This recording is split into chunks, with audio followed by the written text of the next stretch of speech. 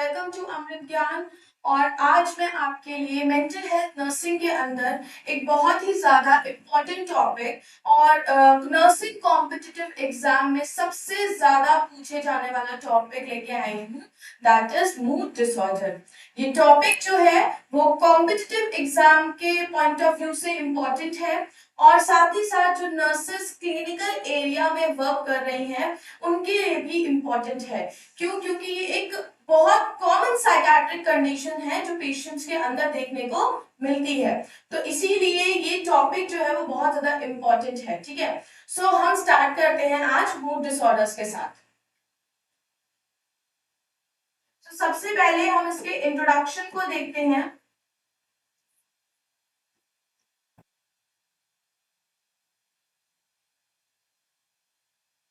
सबसे पहले हम इसके इंट्रोडक्शन को देखते हैं। तो मूड डिसऑर्डर्स को अफेक्टिव डिसऑर्डर के नाम से भी जाना जाता है। ठीक है, मूड डिसऑर्डर्स को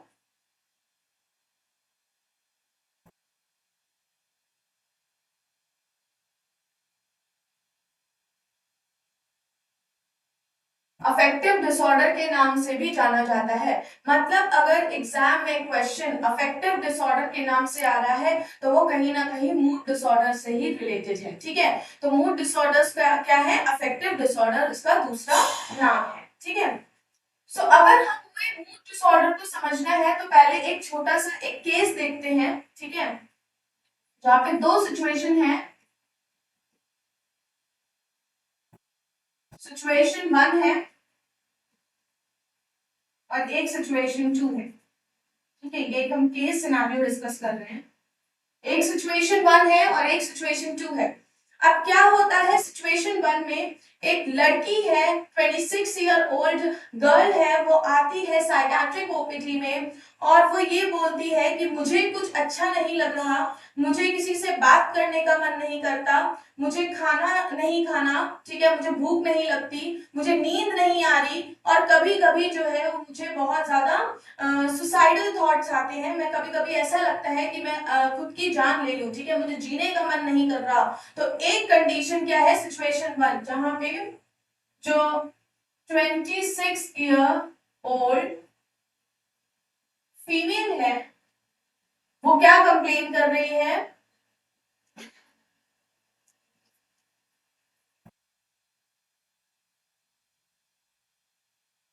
कि मुझे कुछ अच्छा नहीं लग रहा, I am not feeling good. ठीक है, नींद नहीं आती, मतलब इंसोम्निया की कंडीशन बता रही है। ठीक है, दूसरा क्या बोल रही है कि सुसाइडल थॉट्स आते हैं। ठीक है, सुसाइडल थॉट्स आ रहे हैं। तो यहाँ पे एक कंडीशन जो यहाँ पे आप देख रहे हैं, इस पूरे सिचुएशन को देख के आप क्या बोलेंगे कि ये जो पर्सन है, ये जो लड़की है, ये बहुत ही ज्यादा उदास है। ठीक है, तो इस सिचुएशन में आप जब इस पूरी सिचुएशन को एनालाइज कर रहे हैं तो आपको मिला कि ये लड़की बहुत ज्यादा क्या है? उदास है, जिसको हमने किसका नाम दिया है? डिप्रेशन का नाम दिया है। ठीक है, वहीं पे ये लड़की कुछ टाइम बाद दोबारा से वापस आती है। ठीक है, और अब वो बोल रही है, अब वो जब बात कर रही है आपसे तो वो बिना रुके बोलती जा रही है। ठीक है, बहुत ज्यादा ओवर टॉकेटिव है। ठीक है, ओवर टॉकेटिव है। ठीक है, इसके अलावा और क्या है उसके अंदर? वो 3 दिन से सोई नहीं है। ठीक है, रेस्टलेसनेस है उसके अंदर। ठीक है, ठीक है, रेस्टलेसनेस है। और साथ ही साथ वो बोल रही है कि इस दुनिया में जितनी भी पावर्स हैं वो मेरे पास है। ठीक है, मेरे पास इस दुनिया की सारी पावर्स हैं, इस तरीके से बोल रही है। तो हम इसको हमने स्किज़ोफ्रेनिया में डिस्कस किया था कि क्या है? Delusion of grandiosity. ठीक है, तो डिल्यूजन ऑफ ग्रैंडियर हमने देखा था। ठीक है, तो ये दो तरीके की सिचुएशन है। ठीक है, तो जो सेकंड सिचुएशन है आप जब देखो तो सेकंड सिचुएशन को आप जब एनालाइज कर रहे हो तो उसमें आपने देखा कि यहाँ पे जो ये फीमेल है वो बहुत ज्यादा एक्साइटेड, बहुत ज्यादा खुश है। ठीक है, तो ये कंडीशन को आपने ऐसा डिनोट किया मेनिया से। ठीक है, जब वो पर्सन बहुत ज्यादा जब वो पर्सन बहुत ज्यादा खुश है तो उस कंडीशन से आपने क्या डिनोट किया? उस कंडीशन को आपने क्या बोला? एक्साइटेड है, ठीक है, तो उस कंडीशन को आपने क्या बोला, मेनिया बोला। तो ये जो दोनों ही सिचुएशन है, एक सिचुएशन जहां पे डिप्रेशन हो रहा है फीमेल को, और दूसरी सिचुएशन जहां पे क्या हो रहा है, बहुत ज्यादा ओवर एक्साइटमेंट हो रहा है, ठीक है, मेनिया डेवलप हो रहा है, तो ये दोनों ही एक्सट्रीम मूड कंडीशंस हैं, ठीक है, एक्सट्रीम मूड के प्रकार हैं, ठीक है। एक्सट्रीम मूड मतलब मेरा मूड कभी बहुत अच्छा है, ठीक है, मैं बहुत अच्छे से बात कर रही हूँ, और कभी मेरा मूड बहुत ज्यादा खराब है, बहुत ज्यादा लो है, तो ये दोनों ही एक्सट्रीम मूड के प्रकार हैं, ठीक है। तो ये मेनिया और डिप्रेशन जब कंडीशन अराइज होती है तो इन्हीं को हम बोल रहे हैं मूड डिसऑर्डर, ठीक है, किसी के ऑर्डर में डिसफंक्शन आ रहा है, मूड के ऑर्डर में डिसफंक्शन आ रहा है, उसी को हम बोल रहे हैं मूड डिसऑर्डर, ठीक है। तो अगर हम देखें तो मूड डिसऑर्डर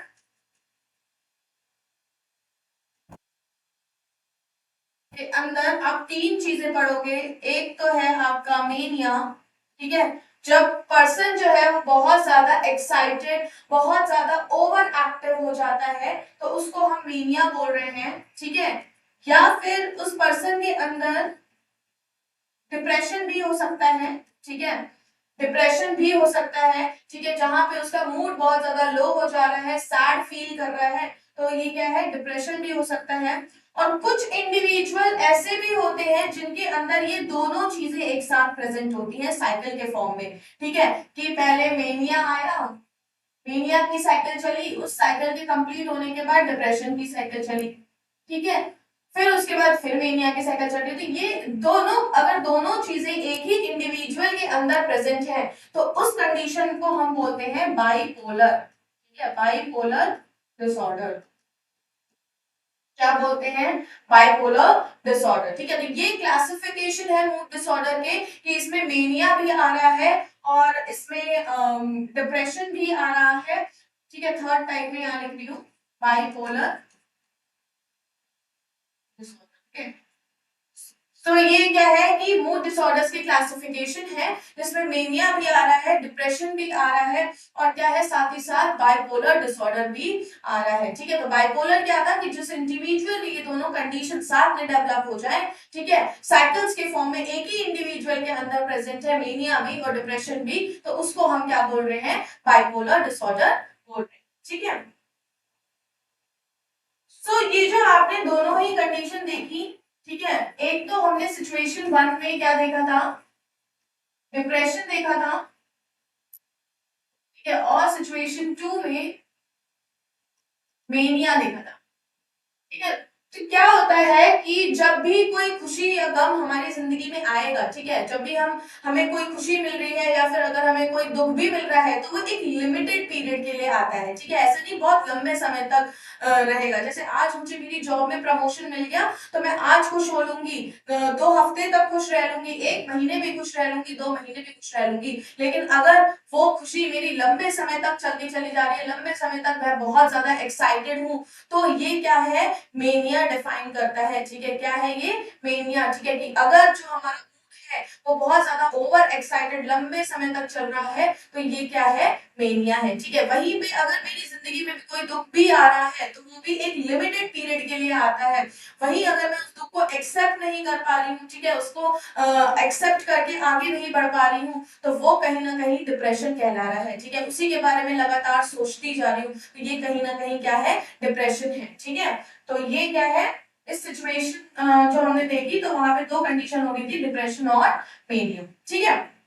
तो ये क्या थी, एक ओवरऑल इंट्रोडक्शन था रिगार्डिंग मूड डिसऑर्डर। अब हम अगर बात करें मूड डिसऑर्डर्स के डेफिनेशन की, ठीक है, आई होप आपको इंट्रोडक्शन समझ में आया होगा। सो नेक्स्ट अगर हम डिफाइन करें मूड डिसऑर्डर को, तो मूड डिसऑर्डर क्या है, हमने पहले ही बोला कि मूड डिसऑर्डर को हम क्या बोल रहे हैं, अफेक्टिव डिसऑर्डर भी बोल रहे हैं, ठीक है। तो it is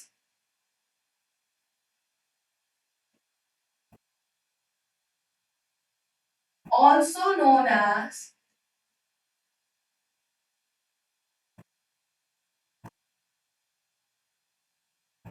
it is also known as affective disorder, ठीक है, क्या है, affective disorder भी इसको बोल रहे हैं, of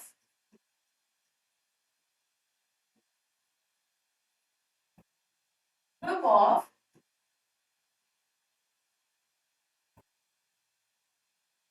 साइकियाट्रिक कंडीशंस। ओके, तो एक हमने लाइन लिखी थी कि it is also known as affective disorder, affective disorder भी बोल रहे हैं, और साथ ही साथ एक साइकियाट्रिक कंडीशंस का ग्रुप है। क्यों ग्रुप बोला गया? क्योंकि इसके अंदर मेनिया भी इंक्लूड है, डिप्रेशन भी इंक्लूड है, और जिन इंडिविजुअल के अंदर दोनों चीजें पाई जाए उसको बोलते हैं बाइपोलर। ठीक है, तो इसके अंदर ग्रुप ऑफ साइकियाट्रिक डिसऑर्डर है जो अलग अलग सिम्टम्स शो करेंगे, जिनके अलग अलग डायग्नोस्टिक क्राइटेरिया होंगे, अलग अलग ट्रीटमेंट होगा। तो ये क्या है, एक तीन जो डिजीज है उनसे मिलकर बन रहा है। ठीक है, तो ये क्या है, ग्रुप ऑफ साइकियाट्रिक कंडीशंस है।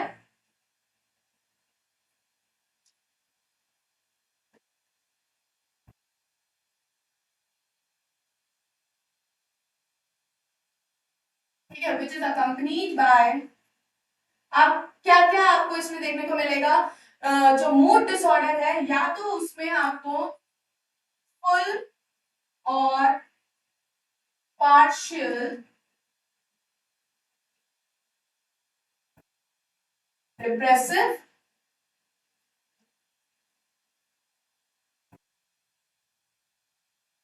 और मेनिक सिंड्रोम देखने को मिलेंगे। ठीक है, तो यहाँ क्या है कि मूड डिसऑर्डर को हम अफेक्टिव डिसऑर्डर भी बोल रहे हैं, ग्रुप ऑफ साइकियाट्रिक कंडीशन से मिलकर बना है मूड डिसऑर्डर, और जिसमें क्या देखने को मिलेगा, या तो फुल डिप्रेशन या फुल मेनिया प्रेजेंट हो एक इंडिविजुअल के अंदर, ठीक है, या पार्शियल हो। ठीक है, आधा डिप्रेशन प्रेजेंट है और आधा मेनिया, साइकिल में चल रहा है। ठीक है, कभी मेनिया आ रहा है तो कभी डिप्रेशन आ रहा है, तो ये साइकिल के फॉर्म में जब चल रहा है तो उसको हम बोल रहे हैं पार्शियल। ठीक है, तो एक जो मूड डिसऑर्डर है वो किससे पहचाना जाता है कि अगर उसके अंदर, अगर एक इंडिविजुअल के अंदर या तो पूरी तरीके से डिप्रेशन प्रेजेंट हो, या तो पूरी तरीके से मेनिया प्रेजेंट हो, या फिर साइकिल के फॉर्म में चल रहा हो, कभी मेनिया का दौर आ रहा है तो कभी डिप्रेशन का दौर आ रहा है, कभी बहुत ज्यादा खुश हो रहा है, कभी बहुत ज्यादा उदास हो रहा है, तो ये क्या है, मूड डिसऑर्डर है। ठीक है, क्या है ये, मूड डिसऑर्डर है। अगर हम प्रेवलेंस की बात करें मूड डिसऑर्डर की, तो ग्लोबल पॉपुलेशन में 5% चांसेस है मूड डिसऑर्डर होने के। ठीक है, तो 5% ऑफ ग्लोबल पॉपुलेशन चांसेस है मूड डिसऑर्डर डेवलप होने के प्रेजेंट। ठीक है, जिसमें भी सबसे ज्यादा जो कंडीशन है, सबसे ज्यादा जो देखने को मिल रहा है वो है डिप्रेशन। ठीक है, सबसे ज्यादा क्या देखने को मिल रहा है, डिप्रेशन। तो अराउंड 3.5% टू 4% के केसेस इंडिया में प्रेजेंट हैं। ठीक है, सिर्फ इंडिया की अगर बात कर रहे हैं तो 3.5 टू 4% केसेस इंडिया में प्रेजेंट है। और according to World Health Organization, ठीक है, वर्ल्ड हेल्थ ऑर्गेनाइजेशन के अनुसार क्या है, 280 million of people are suffering from depression, और हर 49 सेकेंड्स में एक पर्सन जो है वो सुसाइड करता है। तो प्रेवलेंस रेट बहुत ज्यादा है, इसलिए इसको स्टडी करना बहुत ज्यादा इंपॉर्टेंट है। ठीक है, तो ये प्रेवलेंस रेट था कि 5% ऑफ ग्लोबल पॉपुलेशन रहेगा और 3.5 टू 4% इंडिया में डिप्रेशन प्रेजेंट है। डिप्रेशन सबसे ज्यादा मिलता है डिसऑर्डर के अंदर। ठीक है, नेक्स्ट अगर हम इसके आईसीडी क्लासिफिकेशन की बात करें, ठीक है, अगर हम इसके आईसीडी क्लासिफिकेशन की बात करें तो मूड डिसऑर्डर्स को F30 से F39 वाली कैटेगरी में रखा गया है। ठीक है, F30 से F39 के बीच में किसको रखा गया है, मूड डिसऑर्डर्स को रखा गया है। ठीक है, तो सबसे पहले एक एक करके डिस्कस करेंगे। ठीक है, तो F30 क्या रहेगा, ठीक है, F30 से F39 के बीच में मूड डिसऑर्डर्स को रखा गया है, तो F30 जिसमें रहेगा मेनिया। ठीक है, ठीक है, मतलब ऐसे पर्सन जो मेनिया से सफर कर रहे हैं, ठीक है, जिनको मेनिया डायग्नोस हो रहा है, उनको हम किस कैटेगरी के अंदर रखेंगे, मेनिया के अंदर रखेंगे। ठीक है, F30 के अंदर रखेंगे। ठीक है, तो F30 के बाद आता है F31, इसमें आता है बाइपोलर डिसऑर्डर। ऐसे इंडिविजुअल जिनको बहुत मेनिया भी है, डिप्रेशन भी है, कभी बहुत ज्यादा खुशी हो रही है, कभी बहुत ज्यादा दुख में चले जा रहे हैं, तो इन लोगों को हम कौन सी कैटेगरी में रखेंगे, F31 में रखेंगे। Next is F30।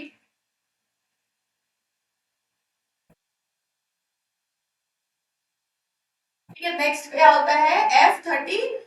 ठीक है, तो F32 क्या है? Depressive disorder. ऐसे पर्सन जो बहुत ही ज्यादा डिप्रेशन में है, बहुत ही ज्यादा सैड है, जिनको डिप्रेशन डायग्नोस करना है, तो उनको हम किस कैटेगरी में रख रहे हैं? F32 में रख रहे हैं।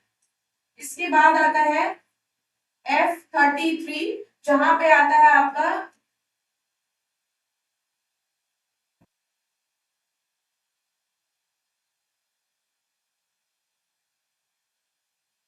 इसमें आता है आपका रिकरेंट डिप्रेसिव डिसऑर्डर। ठीक है, रिकरेंट डिप्रेसिव डिसऑर्डर मतलब डिप्रेशन के भी बहुत तरीके के टाइप है। जब हम डिप्रेशन डील करेंगे उसमें हम देखेंगे। तो एक तो डिप्रेशन होता है कि वो सिंगल टाइम में आया और फिर वो ठीक हो गया, ठीक है, सही हो गया इंडिविजुअल, एक सिंगल एपिसोड आया डिप्रेशन का। एक डिप्रेशन होता है कि एटलीस्ट उसको एक बार आया, फिर दूसरी बार फिर उसको डायग्नोस हुआ डिप्रेशन। ठीक है, तो यहाँ पे पेशेंट को हिस्ट्री रहती है, पास्ट हिस्ट्री होती है एक डिप्रेशन की। ठीक है, तो कहीं ना कहीं 2 एपिसोड ऑफ डिप्रेशन रहते ही हैं। तो रिकरेंट, रिकरेंट मतलब बार बार जो डिप्रेशन हो रहा है, that is recurrent depressive disorder. Next है F34।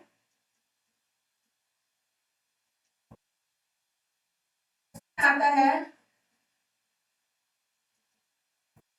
Persistent mood disorder. ठीक है, क्या आता है? Persistent mood disorder. Persistent mood disorder एक क्रॉनिक मूड डिसऑर्डर है, जहां पे लंबे समय से लो मूड, इरिटेबिलिटी, ठीक है, डिप्रेशन के सिम्टम्स आपको देखने के मिलेंगे फॉर लॉन्गर देन 1 ईयर। ठीक है, 1 ईयर से भी ज्यादा हो चुका है, तो दैट इज परसिस्टेंट। ठीक है, तो परसिस्टेंट मूड डिसऑर्डर रहेगा। 34 के बाद हम डायरेक्ट 38 पे आते हैं। तो F38 में आते हैं आपके अदर, जो भी अदर मूड डिसऑर्डर्स रहेंगे वो आएंगे आपके। ठीक है, और लास्ट आपका आता है, लास्ट रहेगा आपका F39। इसमें आता है,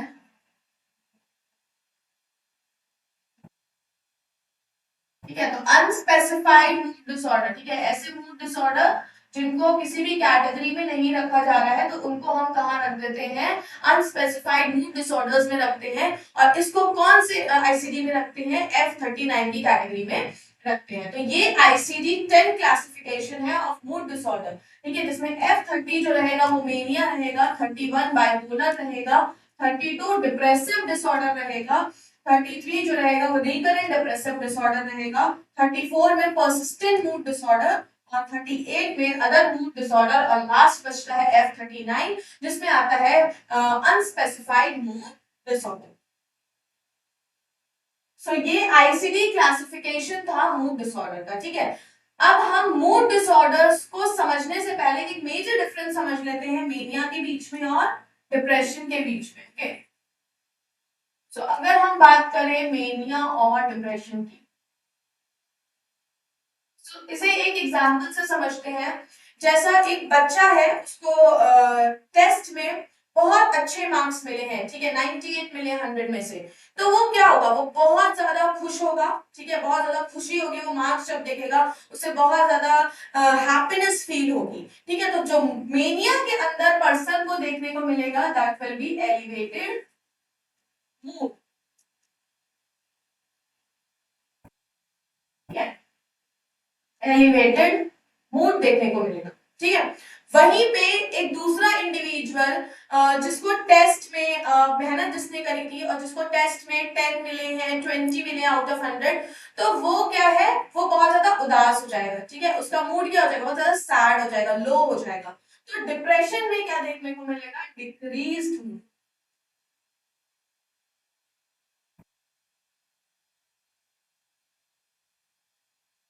ठीक है, तो क्या देखने को मिलेगा? Decreased mood. ठीक है, दूसरी कंडीशन यहाँ पे रहेगी कि जो ये वाला पर्सन है जिसके मार्क्स बहुत अच्छे आए हैं, 98 मार्क्स आए हैं 100 में से, तो ये जब घर जाएगा तो बहुत उछलते कूदते घर जाएगा। ठीक है, बहुत खुशी से घर जाएगा, नाचते झूमते घर जाएगा। तो यहाँ पे जो पर्सन की साइकोमोटर एक्टिविटी होती है वो भी क्या हो जाती है? इंक्रीज हो जाती है। तो इंक्रीज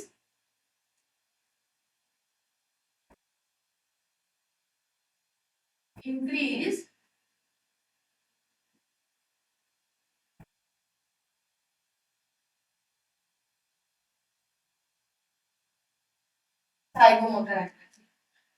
और अगर हम डिप्रेशन वाले पर्सन के अंदर की बात करें तो वो कैसे जाएगा, वो एकदम डरा सहमा सा घर जाएगा कि घर वाले क्या कहेंगे, उदास हो जाएगा कि मैंने मेहनत बहुत करी थी, नंबर नहीं मिले, मैं लिख नहीं पाया एग्जाम में।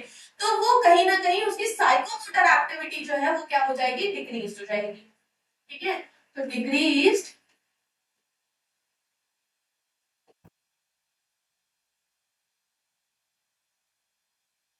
Psychomotor activity. ठीक है, अब ये वाला जो पर्सन है जिसके मार्क्स बहुत अच्छे आए, वो क्या, उसको नए नए आइडियाज आएंगे। ठीक है, तो उसके अंदर आइडिएशन इंक्रीज हो जाएगा। ठीक है, कि हाँ अभी मैंने इस तरीके से पढ़ाई करी है, अब मैं इस तरीके से पढ़ाई करूंगा तो और अच्छे मार्क्स ला सकता हूँ, फुल मार्क्स ला सकता हूँ। तो यहाँ पे जो आइडिएशन होते हैं वो इंक्रीज हो जाते हैं, इंक्रीज्ड आइडिएशन। और वहीं पे यहाँ पे इसको कोई आइडियाज नहीं आएंगे, बहुत ज्यादा सैड है, तो डिक्रीज्ड आइडिएशन। तो ये मेजर डिफरेंस देखने को मिलेगा आपको मेनिया में और डिप्रेशन में। ठीक है, सो आज जो हम इस मूड डिसऑर्डर के अंदर जो हम डिस्कस करेंगे, आज जो हम टॉपिक को डील करेंगे, दैट विल बी मेनिया। ठीक है, तो मेनिया को आज हम इन डिटेल डिस्कस करेंगे। सबसे पहले बात करते हैं मेनिया की डेफिनेशन की। तो लिखा है mania refers to a syndrome. ठीक है, मेनिया क्या है, एक सिंड्रोम है। सिंड्रोम मतलब एक ग्रुप ऑफ सिम्टम्स है। ठीक है, मेनिया के अंदर क्या है, ग्रुप ऑफ सिम्टम्स है जो कि क्या कर रहे हैं, मूड को भी अफेक्ट कर रहे हैं, एक पर्सन के बिहेवियर को भी अफेक्ट कर रहे हैं, उसकी थिंकिंग को भी अफेक्ट कर रहे हैं। ऐसे कुछ सिम्टम्स, ऐसे ग्रुप में सिम्टम्स क्या है, प्रेजेंट है एक इंडिविजुअल के अंदर। ठीक है, तो मेनिया क्या है, एक ग्रुप ऑफ सिंड्रोम है जहां पे क्या है, सेंट्रल फीचर्स। ठीक है, जिसमें सेंट्रल फीचर्स, सेंट्रल मतलब जो इंपॉर्टेंट फीचर्स देखने को मिलेंगे, और भी अदर फीचर्स आएंगे, बट लेकिन जो इंपॉर्टेंट फीचर्स है वो क्या देखने को मिलेंगे, ओवर एक्टिविटी। ठीक है, ओवर एक्टिविटी मतलब पेशेंट यहाँ पे बहुत ज्यादा एक्टिव है, बहुत ज्यादा एनर्जेटिक फील कर रहा है। ठीक है, नए नए टास्क करेगा। ठीक है, एक टास्क खत्म नहीं होगा, दूसरे टास्क स्टार्ट कर देगा। ठीक है, और गोल डायरेक्टेड एक्टिविटीज को परफॉर्म करेगा। तो यहाँ पे जो सेंट्रल फीचर आपको देखने को मिलेगा, बहुत ज्यादा एक्साइटेड मूड देखने को मिलेगा पेशेंट के अंदर, बहुत ज्यादा ओवर एक्टिवनेस देखने को मिलेगी। ठीक है, नेक्स्ट क्या है, मूड एलिवेशन और इरिटेबिलिटी। तो दूसरा सेंट्रल फीचर, दूसरा इंपॉर्टेंट फीचर मेनिया के अंदर क्या है, मूड एलिवेशन देखने को मिलेगा।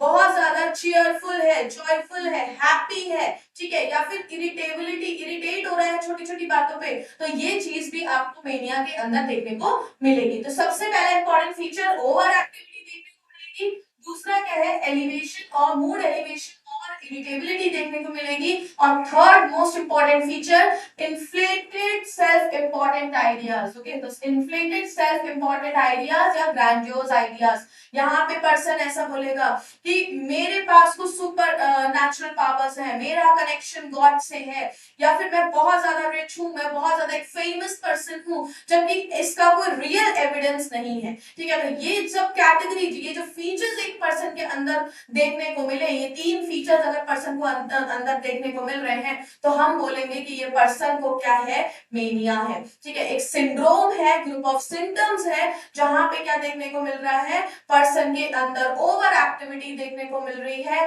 पर्सन के अंदर मूड में एलिवेशन देखने को मिल रहा है, और साथ ही साथ ग्रैंडियोसिटी देखने को मिल रही है। ठीक है, पर्सन जो है वो क्या बोल रहा है, मैं बहुत ज्यादा रिच हूँ, बहुत ज्यादा पुअर, बहुत ज्यादा फेमस हूँ। ठीक है, अपने आप को बहुत ज्यादा सुपीरियर फील कर रहा है, तो दैट विल बी ग्रैंडियोसिटी। ठीक है, तो मेनिया क्या है, एक ग्रुप ऑफ सिंड्रोम है। अब अगर हम मेनिया के आईसीडी क्लासिफिकेशन की बात करें, जो हमने अभी इससे पहले पढ़ा था, वो मूड डिसऑर्डर का आईसीडी क्लासिफिकेशन था। अगर हम मेनिया के आईसीडी क्लासिफिकेशन की बात करें गाइस, तो इसमें क्या है, हमने पढ़ा F30 में क्या रहता है, मूड डिसऑर्डर लिखते हैं। ठीक है, अभी हमने जब पहले sorry F30 to F39 mood disorder रहते हैं, F30 में क्या रहता है,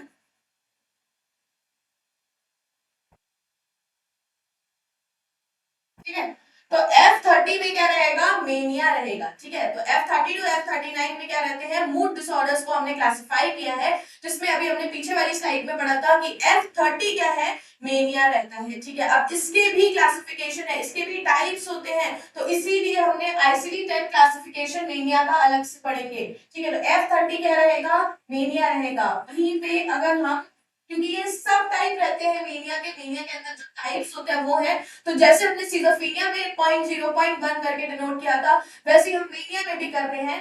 30.0 जो रहता है दैट विल बी हाइपोमेनिया, ठीक है। क्या रहता है, हाइपोमेनिया। अभी हम इसको आगे इन डिटेल डिस्कस करेंगे हाइपोमेनिया, ठीक है। तो हाइपोमेनिया रहता है 30.0 में। 30.1 की बात करें तो ऐसा मेनिया जिसमें अभी कोई साइकोटिक सिम्टम्स नहीं आए हैं,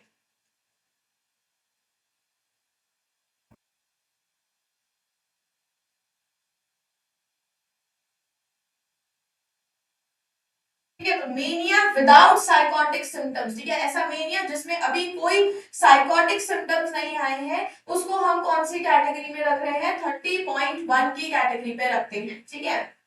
नेक्स्ट है 30.2।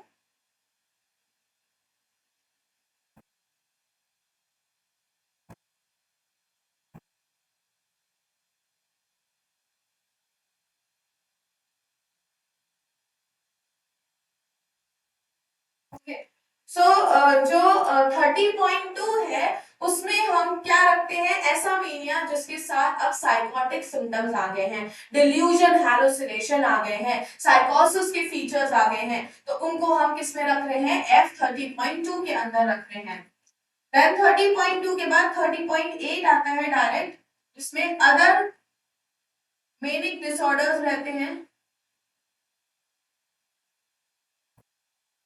और लास्ट है F30.9।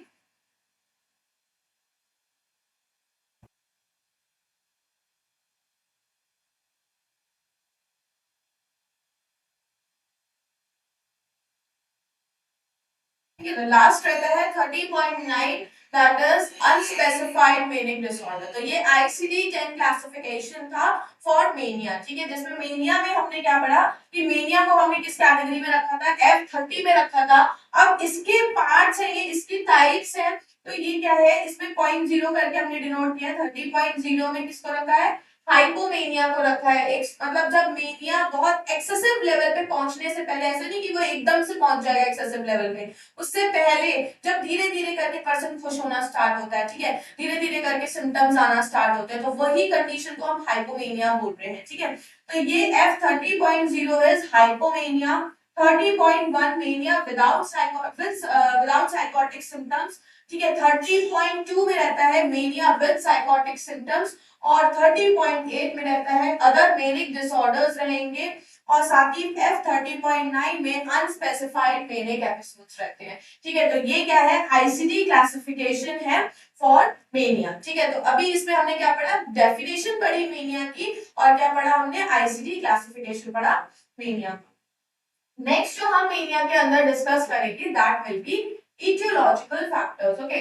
इटियोलॉजिकल फैक्टर्स मतलब क्या क्या कॉजेस रहेंगे मेनिया के अंदर। सो सबसे पहला और मोस्ट इंपॉर्टेंट कॉज जो रहता है that will B neurotransmitter and structural hypothesis, okay. So neurotransmitter and structural hypothesis क्या बोल रही है कि अगर न्यूरोट्रांसमीटर के रेगुलेशन में कोई डिसफंक्शन हो जाए, या फिर ब्रेन के स्ट्रक्चर में चेंजेस आ जाए, तो क्या होगा, मेनिया डेवलप होगा। इसे एक एक करके डिस्कस करेंगे।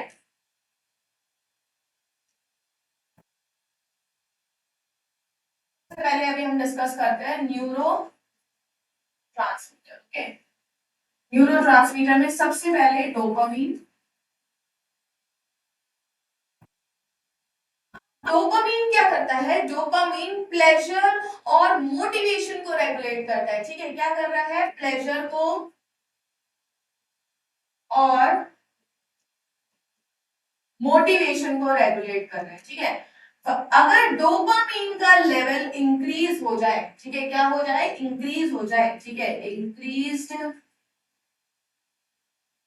लेवल ऑफ डोपामीन, तो क्या होगा, क्या होगा, पर्सन बहुत ही ज्यादा गोल डायरेक्टेड एक्टिविटीज करेगा,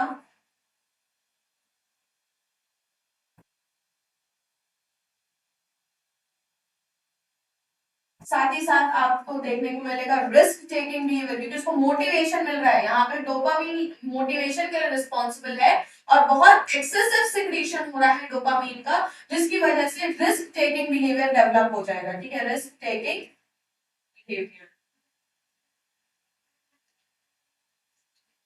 और नेक्स्ट जो है वो प्लेजर मिल रहा है। ठीक है, तो यूफोरिया की कंडीशन डेवलप होगी, यूफोरिया हैप्पीनेस मिलेगी। ठीक है, तो यूफोरिया हैप्पीनेस मिल रही है।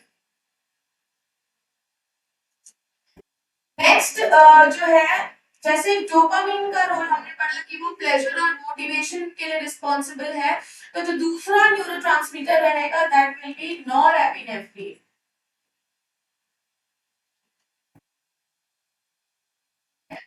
अब ये नॉरएपिनेफ्रिन क्या करता है, ये अराउजल, अलर्टनेस, ठीक है, और जो एनर्जी है उसके लिए रिस्पॉन्सिबल होता है। ठीक है, तो ये जो नॉरएपिनेफ्रिन है ये अराउजल, अलर्टनेस, ठीक है, और एनर्जी के लिए रिस्पॉन्सिबल है। सो नॉरएपिनेफ्रिन क्या कर रहा है, अराउजल, अलर्टनेस और एनर्जी के लिए रिस्पॉन्सिबल है। और अगर इसके लेवल भी इंक्रीज हो जाए, ठीक है, अगर इंक्रीज्ड लेवल ऑफ नॉरएपिनेफ्रिन हो जाए तो क्या होगा, इंसोम्निया की कंडीशन देखने को मिलेगी, ओवर एक्टिविटी देखने को मिलेगी। ठीक है, ओवर एक्टिविटी देखने को मिलेगी। ठीक है, रेस्टलेसनेस एक पर्सन के अंदर देखने को मिलेगी कि पर्सन जो है वो प्रैक्टिकल नहीं है, एक जगह से दूसरी जगह जा रहा है। ठीक है, तो रेस्टलेसनेस देखने को मिलेगी। तो ये क्या है, नॉरएपिनेफ्रिन का भी कहीं ना कहीं रोल है मेनिया के डेवलपमेंट में। ठीक है, नेक्स्ट जो रहेगा दैट विल बी सीरोटोनिन। ठीक है,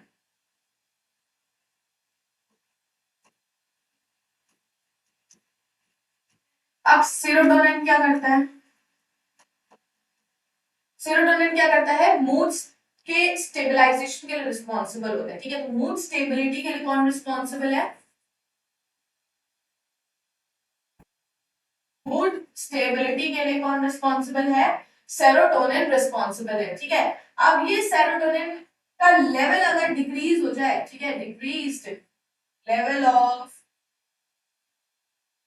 सेरोटोनिन, ठीक है, तो जो भी मूड के अंदर आपको इरिटेबिलिटी वाले सिम्टम्स दिखेंगे, ठीक है, इरिटेबल हो जाएगा मूड, जो रहेगा वो क्या हो जाएगा, इरिटेबल हो जाएगा। ठीक है, सो मूड क्या रहेगा, वो क्या हो जाएगा, इरिटेबल हो जाएगा अगर डिक्रीज हो जाए सेरोटोनिन का लेवल।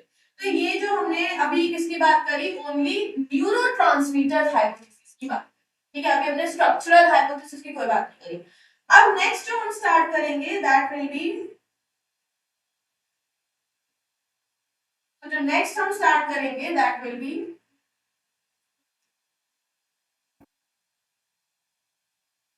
स्ट्रक्चरल।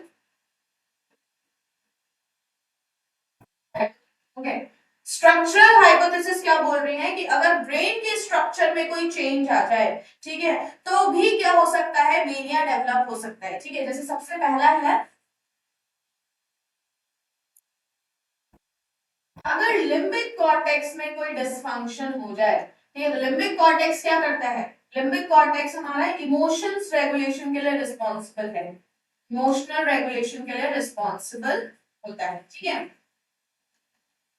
अगर लिम्बिक कॉर्टेक्स में किसी तरीके का डिसफंक्शन आ जाए, ठीक है, डिसफंक्शन हो जाए, तो यहाँ पे जो हाइपर एक्टिविटी क्या करेगी, वो कॉज कर सकती है आपका एग्जैजरेटेड मूड। ठीक है, एग्जैजरेटेड मूड कॉज कर सकती है। उसी तरीके का अगर डिसफंक्शन हो जाए तो क्या हो सकता है,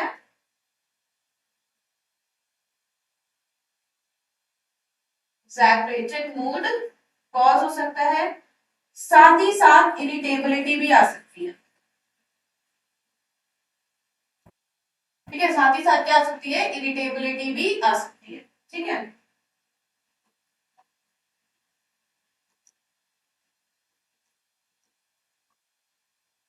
तो लिम्बिक कॉर्टेक्स क्या है कि अगर लिम्बिक कॉर्टेक्स जो है बेसिकली इमोशंस को रेगुलेट कर रहा है, और अगर लिम्बिक कॉर्टेक्स में किसी तरीके का डिसफंक्शन हो जाए तो उसकी वजह से भी क्या हो सकता है, मूड में चेंजेस देखने को मिल सकते हैं, मेनिया डेवलप हो सकता है। नेक्स्ट अगर हम देखें तो लिम्बिक कॉर्टेक्स के बाद अगर हम बात करें तो हमारा आता है प्रीफ्रंटल कॉर्टेक्स।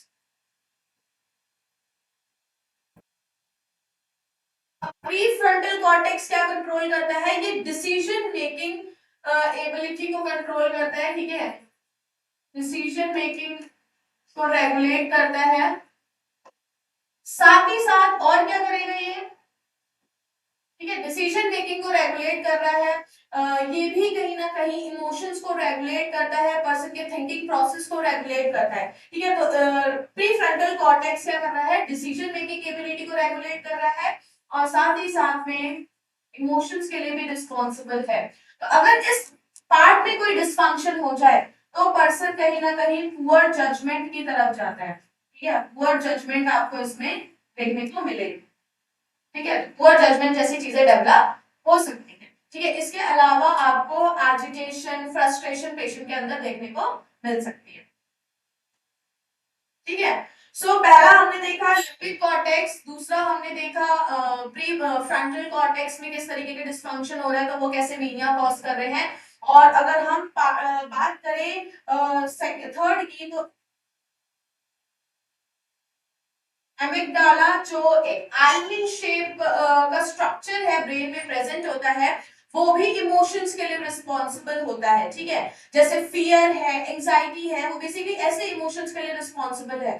साथ ही साथ पॉजिटिव इमोशंस के लिए भी एमिगडाला जो होता है वो रिस्पॉन्सिबल होता है। तो अगर इसमें किसी तरीके का डिसफंक्शन हो जाए तो उस कंडीशन में भी इमोशंस जो है वो सही से शो नहीं हो पाते, इमोशंस का रेगुलेशन जो होता है वो कहीं ना कहीं गड़बड़ा जाता है, जिसको हम बोल सकते हैं मूड डिसऑर्डर्स जो होते हैं वो अक्सर हो सकते हैं। तो ये तीन इंपॉर्टेंट स्ट्रक्चरल हाइपोथेसिस थी जहां पे हमने लिम्बिक कॉर्टेक्स, प्रीफ्रंटल कॉर्टेक्स और अमिगडाला में डिसफंक्शन होने की वजह से कैसे मेनिया, कैसे मूड डिसऑर्डर्स डेवलप हो रहे हैं, इनको हमने देखा,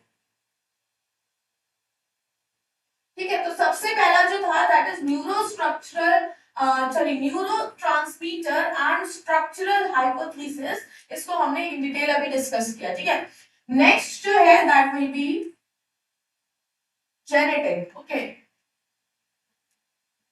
सो नेक्स्ट जो रहता है that will B genetic. Genetic में सबसे पहले है फैमिली हिस्ट्री, ओके। सो जो मीडिया है, ठीक है, तो मेनिया है वो फैमिलीज पे रन करता है, ठीक है, मतलब अगर ब्रदर को, मदर को, या फिर सिस्टर को, फादर को, ठीक है, कभी मेनिया के एपिसोड आए हैं तो 10 to 25% चांस है कि बच्चे में भी मेनिया के सिम्टम्स आएंगे, ठीक है। तो मेनिया जो है रन इन फैमिली, ठीक है, मेनिया रन इन, मेनिया के साथ साथ बाइपोलर भी सेम है, mania and bipolar they often run in families, ठीक है। कंटेजियस नहीं है, इनहेरिटेड डिजीज है, ठीक है, इनहेरिटेड मतलब इनहेरिट कर सकते हैं बच्चे, अपने पेरेंट्स से ले सकते हैं, ठीक है, दैट इज इनहेरिटेड डिजीज है। और साथ ही साथ अगर घर में किसी को है मेनिया, ठीक है, मदर को, ब्रदर को, सिस्टर को, तो उस कंडीशन में 10 to 25% जो होता है वो रिस्क रहता है बच्चे में भी डेवलप होने का, ठीक है।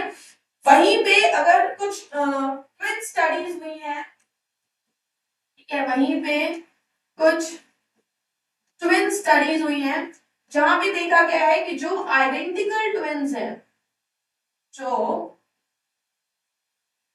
आइडेंटिकल ट्विन्स, अब आइडेंटिकल ट्विन्स मैंने पहले भी बताया कि आइडेंटिकल ट्विन्स कौन होते हैं, जो पूरी तरीके से सेम होते हैं, ठीक है, जिसका 100% जीन सेम है, तो वो क्या है, आइडेंटिकल ट्विन्स है। अगर आइडेंटिकल ट्विन्स हैं तो उनके अंदर आपका 70 से 80% तक का रिस्क रहता है मीनिया को डेवलप करने का, ठीक है।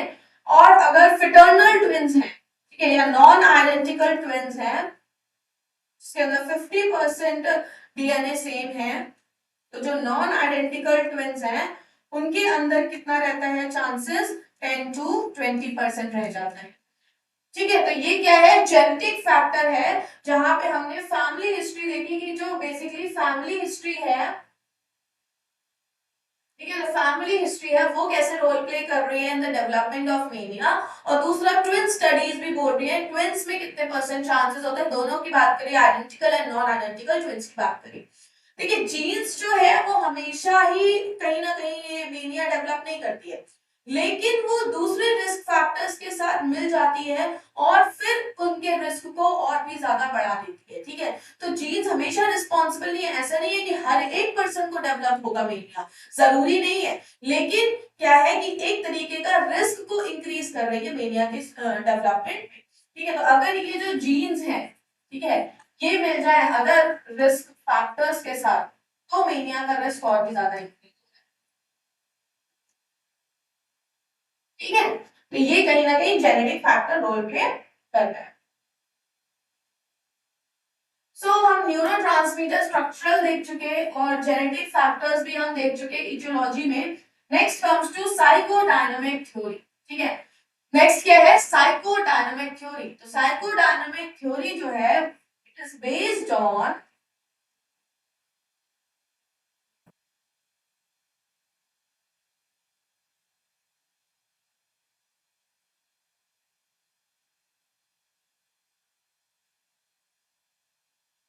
ये साइकोडायनामिक थ्योरी आई, ये किस पे बेस्ड थी, फ्रूडियन की साइकोलॉजी पे बेस्ड थी। ठीक है, अब फ्रूडियन ने क्या बोला कि एक जैसे मुखौटा नहीं होता है, हम अंदर से कुछ और है, अंदर से कुछ और फील कर रहे हैं, हम अंदर से बहुत सैड हैं, बहुत दुखी हैं, पर हम ऊपर एक फेस मास्क पहन के रखे हैं कि हम अपने आप को ऐसे दिखा रहे हैं कि हम बहुत खुश हैं, बहुत हैप्पी हैं अपनी लाइफ में, हमारी लाइफ बहुत अच्छी चल रही है। तो फ्रूडियन ने भी यही बोला कि बेसिकली जो मेनिया है एक तरीके का डिफेंस मैकेनिज्म है, एक तरीके का डिफेंस मैकेनिज्म जहां पे जो माइंड है वो अनकॉन्शियसली इमोशंस को फ्लिप कर देता है। ठीक है, अगर पर्सन बहुत ज्यादा सैड है तो उसके इमोशंस हैप्पी जैसे दिखेंगे। ठीक है, तो ये इनने क्या बोला,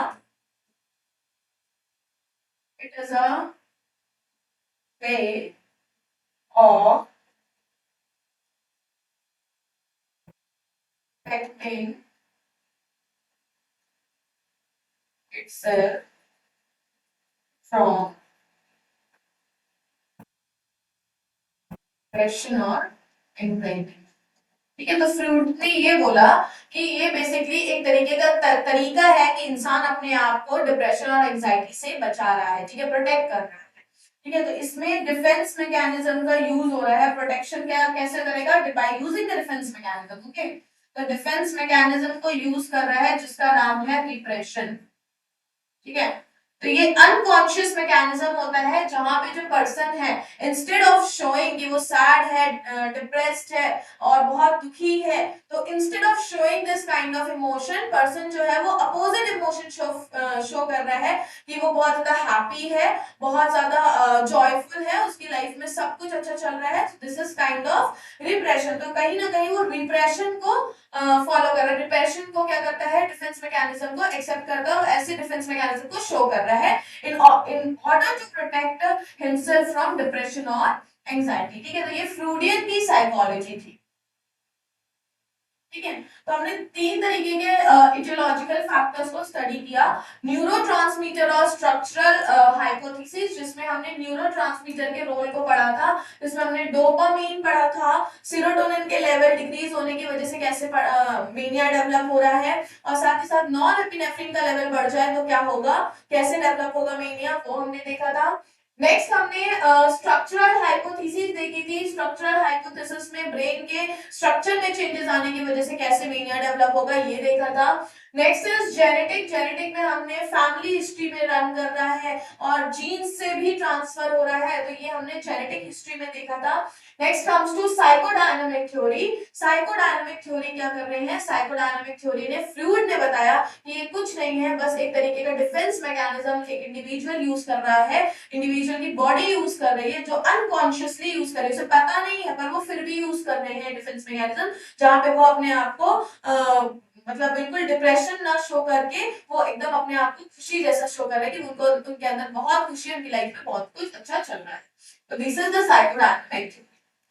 सो नेक्स्ट टॉपिक हम स्टार्ट करेंगे द दैट विल बी, जो नेक्स्ट टॉपिक हम डिस्कस करेंगे that will B clinical features. ठीक है, क्लिनिकल फीचर्स क्या है कि जब एक पर्सन को मेनिया डेवलप होता है, ठीक है, जब एक पर्सन के अंदर मेनिया देखा जाता है तो उसके अंदर कुछ सिम्टम्स देखने को मिलेंगे। ठीक है, अब वो सिम्टम्स क्या है? ठीक है, तो जब एक पर्सन के अंदर मेनिया डेवलप होगा तो आपको उसके अंदर तीन सिम्टम्स देखने को मिलेंगे।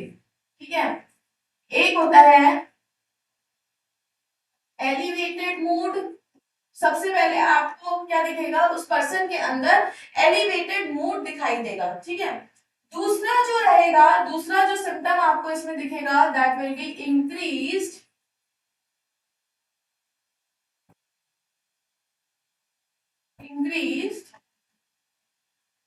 Psychomotor activity.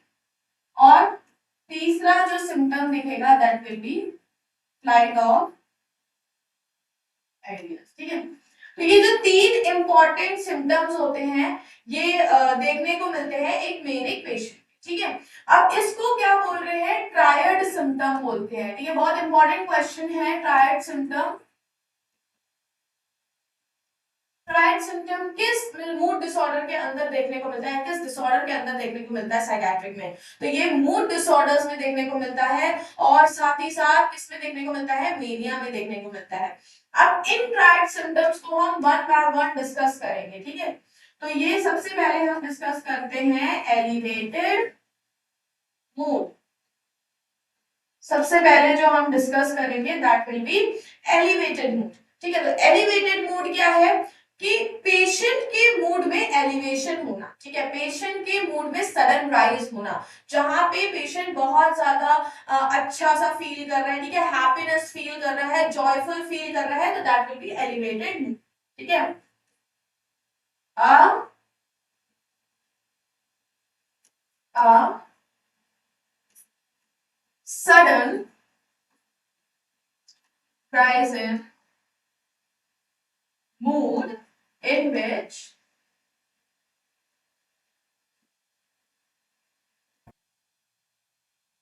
patient is feeling joyful and happy। ठीक है, तो ये एक तरीके का क्या है कि एकदम मूड में राइजनेस हो जाना। ठीक है, एकदम मूड हैप्पी हो जाना। ठीक है, और जॉयफुल हो जाना पेशेंट का, दैट विल बी एलिवेटेड। अब देखिए, ऐसा नहीं होता है कि मूड एकदम से ही एलिवेट हो जाएगा। ठीक है, ऐसा नहीं कि एकदम से ही वो चीखने लगेगा, चिल्लाने लगेगा, खुशी के मारे इधर उधर कूदने लगेगा। ठीक है, तो ऐसा नहीं है।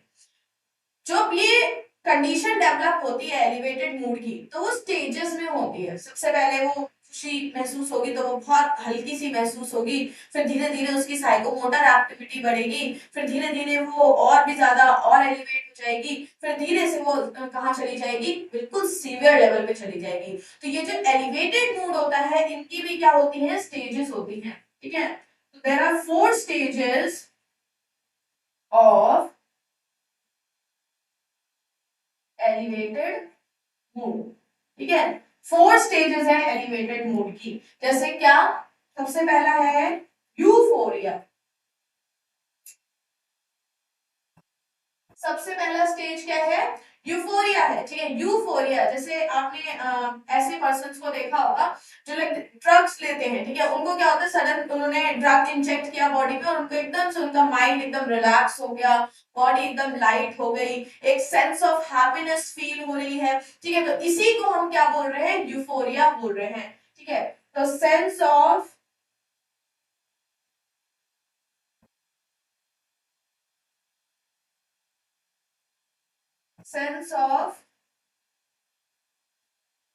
साइकोलॉजिकल वेलबींग प्लस पेशेंट साथ में हैप्पीनेस फील कर रहा है। ठीक है, पेशेंट क्या है? हैप्पी है बहुत ज्यादा।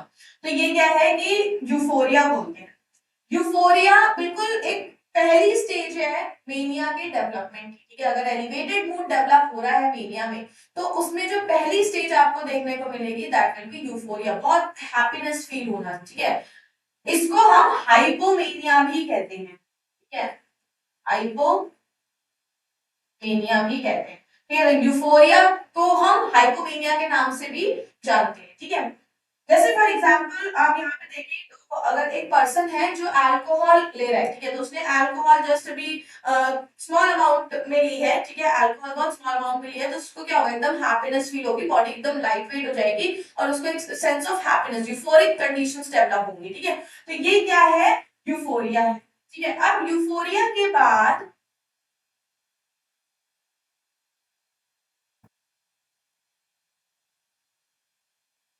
यूफोरिया के बाद जो स्टेज 2 आएगी, ठीक है, स्टेज 1 में क्या हुआ, हैप्पीनेस फील हुई, अब स्टेज 2 आएगी, स्टेज 2 में क्या होगा, जिसे हम बोलते हैं इलेशन, ठीक है, ELATI, ठीक है। सो ELATI, ठीक है। तो स्टेज 2 क्या है, इलेशन की स्टेज है। अब वो पर्सन जिसने अभी थोड़ा सा अमाउंट ऑफ अल्कोहल लिया था, उसने थोड़ा सा और इंक्रीज करा अमाउंट, तो उस कंडीशन में क्या होगा, उसकी साइकोमोटर एक्टिविटी भी डिस्टर्ब हो जाएगी, ठीक है। तो ये यहाँ पे क्या होता है, एलिवेटेड मूड रहता है, एलिवेटेड मूड जो है वो रहता है, साथ ही साथ आपको क्या देखने को मिलेगा यहाँ पे, इंक्रीज्ड साइकोमोटर एक्टिविटी, ठीक है, आपको क्या नाचने झूमने लग जाएगा, तो इंक्रीज्ड साइकोमोटर एक्टिविटी इलेशन में देखने को मिलती है। नेक्स्ट हम देखते हैं, स्टेज 1 में यूफोरिया हुआ, स्टेज 2 में इलेशन हुआ। अब हम बात करते हैं स्टेज 3 की।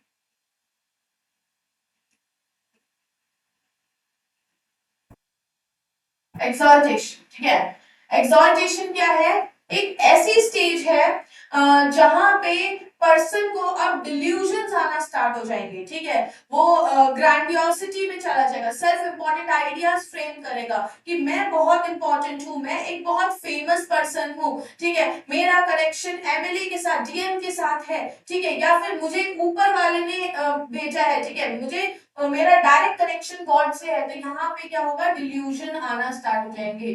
तो यहाँ पे जो मूड है वो एलिवेटेड मूड भी रहेगा, ठीक है, साथ में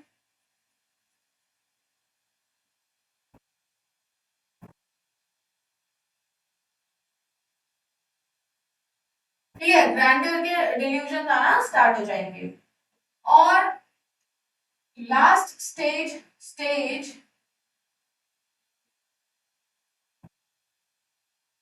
स्टेज 4, ठीक है, लास्ट स्टेज जो आएगी that will be stage 4। Stage 4 में क्या होता है, जिसको हम बोलते हैं इकास्टेसी, ठीक है। तो इकास्टेसी एक ऐसी स्टेज है, बहुत सीवियर स्टेज है, जब ये सारी स्टेजें कंप्लीट हो जाएंगी तो लास्ट स्टेज बहुत सीवियर फॉर्म में चली जाएगी, जहां पे जो पर्सन है वो अपनी मेमोरी फॉरगेट करता है, जो भी पास्ट मेमोरी है उसको बिल्कुल भूल जाएगा, जो भी उसने अभी तक जिंदगी जी है उसको भूल जाएगा और एक नई जिंदगी जीना स्टार्ट कर देता है, बच्चों की तरह बिहेव करना स्टार्ट कर देता है, ठीक है। तो इकास्टेसी जो है वो एक ऐसी स्टेज है जहां बहुत सीवियर एलिवेशन ऑफ मूड होगा, जहां पे, ठीक है, severe elevation of mood, plus यहाँ पे जो बच्चा जो है वो चाइल्ड की तरह बिहेव करने लग जाता है, नार्सिसिस्टिक बिहेवियर डेवलप करता है, ठीक है। तो चाइल्ड की तरह जब बिहेव करने लग जाएगा तो that will be in stage 4, ठीक है, इधर उधर कूद रहा है, ठीक है, बिना बात सुने आपकी भाग जा रहा है, एक जगह बैठ नहीं रहा है, इधर उधर घूमे पड़ा है, तो दैट इज इन स्टेज 4 इकास्टेसी, ठीक है। तो ये क्या थी, एलिवेटेड मूड की स्टेजेस थी, जिसमें हमने देखा कि यूफोरिया होगा, यूफोरिया में हैप्पीनेस आएगी, बहुत स्मॉल अमाउंट में हैप्पीनेस आ रही है, ठीक है, और इसको हम हाइपोमेनिया के नाम से भी जानते हैं। स्टेज 2 में क्या है, इलेशन है, ठीक है, एलिवेशन मूड हो रहा है और साथ में साइकोमोटर एक्टिविटी भी इंक्रीज हो रही है। नेक्स्ट स्टेज 3 आ रही है एक्सॉल्टेशन, जिसमें क्या है, एलिवेटेड मूड तो है, साथ ही साथ डिल्यूजन्स आएंगे कि भाई तू लड़, जाके मैं देख लूंगा सब कुछ, ये जो ग्रैंडियोसिटी वाली फीलिंग है, सेल्फ इंपॉर्टेंट आइडियाज यहाँ पे इन्फ्लेट हो रहे हैं। साथ ही साथ स्टेज 4 आती है, स्टेज 4 में क्या है कि इकास्टेसी होती है, जिसमें सीवियर एलिवेशन हो जाता है मूड का, पर्सन अपनी मेमोरी को फॉरगेट करके कि मैं पहले क्या था, अब वो एक नए तरीके से बिहेव करना स्टार्ट कर देता है, बच्चों की तरह बिहेव करना स्टार्ट कर देता है। तो ये पहला ट्रायड सिम्टम में जो पहला हमारा सिम्टम था ट्रायड सिम्टम के अंदर, दैट वाज एलिवेटेड मूड, ठीक है, तो इसे हमने डिस्कस कर लिया है, ठीक है। नेक्स्ट हम देखते हैं जो नेक्स्ट हमने सिम्टम देखा था, तो नेक्स्ट सिम्टम क्या था? Increase psychomotor activity.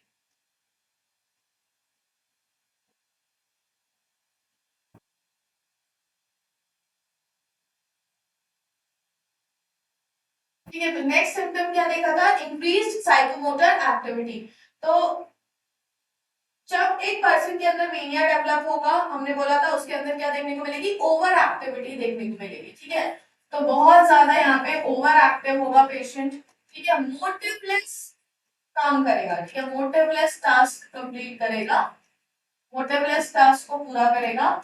और साथ ही साथ क्या कंडीशन डेवलप होगी? रेस्टलेसनेस की कंडीशन डेवलप होगी। ठीक है, रेस्टलेसनेस, जिसको हमने क्या बोला है? एकाथीसिया बोलते हैं ना। एकाथीसिया जो है वो एक रेस्टलेसनेस की कंडीशन होती है।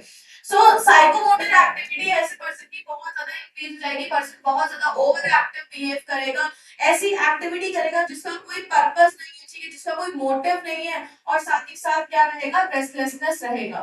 ठीक है, तो सेकेंड जो ट्राइड सिम्टम था, जो सेकेंड सिम्टम था अंडर द ट्राइड सिम्टम, वो क्या था? Increase psychomotor activity. थर्ड जो सिम्टम है, that was the flight of ideas. ठीक है, that was the flight of ideas.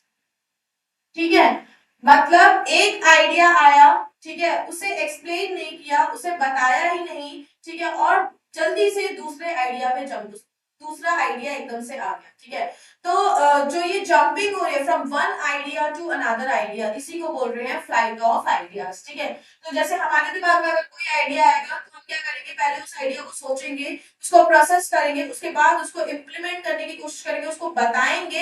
लेकिन यहाँ पे जो मेरे पेशेंट है, इनको एक आइडिया आता है, और एक आइडिया के बाद सडनली इनको दूसरा आइडिया आ जाएगा। एक थॉट अगर ये बोलेंगे, फिर एक थॉट इनको आएगा, जो सडनली उसके बाद दूसरा थॉट रिपीट हो रहा है। तो ये क्या है? सडन चेंज जो हो रहे हैं आइडियाज में, that is called as flight of ideas. ठीक है, सो नेक्स्ट आप देखेंगे क्लिनिकल फीचर्स जो हमने भी ट्राइड सिम्टम्स में पढ़े। एलिवेटेड मूड हमने देखा, इंक्रीज साइकोमोटर एक्टिविटी देख ली, और फ्लाइट ऑफ आइडियाज देख लिए। ठीक है, सो नेक्स्ट जो सिम्टम्स रहते हैं, कुछ अदर फीचर्स भी प्रेजेंट होते हैं एक पर्सन जो मेनिक होता है। जैसे क्या है? डिस्ट्रक्टिबिलिटी देखने को मिलेगी। यहाँ बहुत इजीली डिस्ट्रक्टेबल होते हैं ऐसे पेशेंट। ठीक है, ये क्या होते हैं? बहुत इजीली डिस्ट्रक्टेबल होते हैं, एक जगह बैठेंगे नहीं। ठीक है, इनको इनको डिस्ट्रैक्ट होते रहेंगे, आपकी बात सुनेंगे और इनका ध्यान कहीं और पे भी रहेगा।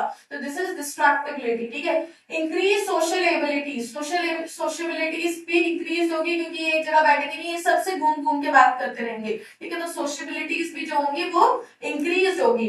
नेक्स्ट है हाइपर सेक्सुअल। ठीक है, हाइपर सेक्सुअलिटी इनके अंदर देखने को मिलती है, और साथ ही साथ पुअर जजमेंट देखने को मिलेगा, इनको नींद नहीं आएगी, फूड इनटेक नहीं ले पाएंगे। डिक्रीज फूड इनटेक क्यों? क्योंकि ये लंबे समय तक एक जगह नहीं बैठ सकते, और खाना खाने के लिए इन्हें बैठना पड़ेगा, और ये बैठ ही नहीं सकते। तो डिक्रीज फूड इनटेक आपको देखने को मिलेगा ड्यू टू ओवर एक्टिविटी।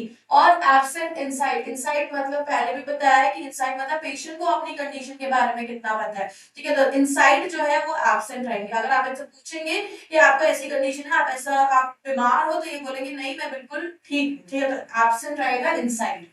तो ये कुछ अदर फीचर्स हैं जो कि आपको मेनिया में देखने को मिल सकते हैं। Next will be the diagnosis. तो डायग्नोसिस कैसे करोगे आप मेनिया का? किस तरीके से आप डायग्नोस्टिक क्राइटेरिया रहेगा इसका? तो सबसे पहले साइकोलॉजिकल टेस्ट करवाते हैं, जिसके अंदर हम young mania rating scale, young mania rating scale एक 11 आइटम वो है, क्लिनिकल इंटरव्यू स्केल है। ठीक है, तो ये 11 आइटम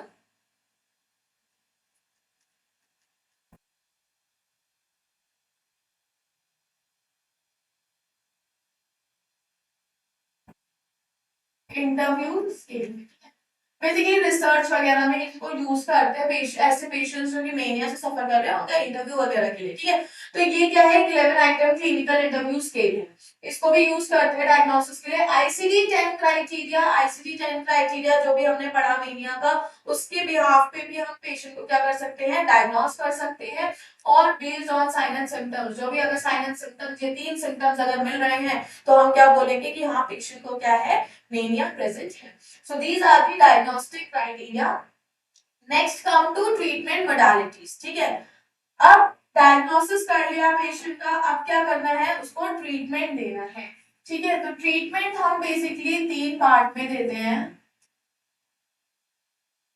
ठीक है, सबसे पहले अगर किसी को मेनिया डेवलप हो रहा है तो उसको क्या देना जरूरी है, साइकोफार्माकोथेरापी देना जरूरी है। ठीक है, तो सबसे पहले तो आप इसमें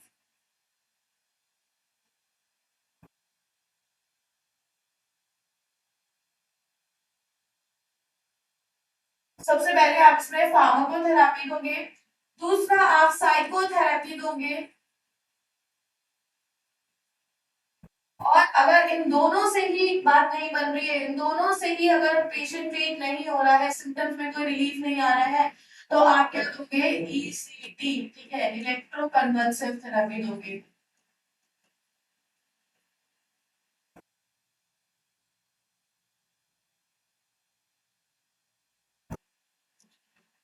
ठीक है, तो फार्माकोथेरेपी अब डिस्कस करते हैं। सबसे पहले ये 3 तरीके की ट्रीटमेंट मोडालिटीज हम मेनिक पेशेंट्स में यूज करते हैं।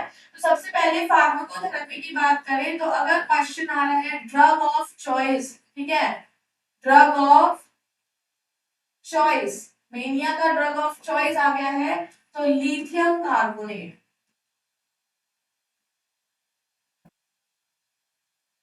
मूड स्टेबलाइजर है। ठीक है, तो लिथियम कार्बोनेट जो है वो ड्रग है, और हम ये कितना, ड्रग ऑफ चॉइस है फॉर द मेनिक पेशेंट, सबसे ज्यादा दी जाने वाला ड्रग है, और ये कितना दिया जाता है, 900 से लेके 2100 mg पर डे पे हम इसको देते हैं। ठीक है, तो सबसे पहला जो ड्रग दोगे that will B lithium carbonate. ठीक है, नेक्स्ट कम्स टू कौन सा ड्रग और देते हैं, एजेपाइन। ठीक है, अगर हम एजेपाइन देंगे और इसको कितना देंगे, 600 से लेके 1800 mg पर डे हम इसको देते हैं। इसके अलावा सोडियम वाल्पोरेट भी पेशेंट को दिया जाता है, सोडियम वाल्पोरेट, शॉक वगैरह को प्रिवेंट करने के लिए सोडियम वाल्पोरेट देते हैं, और इसकी डोज रहती है 600 टू 2600 mg पर डे। ठीक है, तो ये है फार्माकोथेरापी। तो इससे इंपॉर्टेंट क्वेश्चन आएगा कि drug of choice for mania will be lithium, कितना डोज रहती है, 900 टू 2100 जो डोज रहती है, ठीक है, एमजी पर डे के हिसाब से हम इसे देते हैं। ठीक है, जी पर डे के हिसाब से देते हैं। इसके साथ कार्बिमेज़ापाइन दे सकते हैं, सोडियम वाल्पोरेट दे सकते हैं, और इसके साथ कैल्शियम चैनल ब्लॉकर्स वगैरह भी हम दे सकते हैं।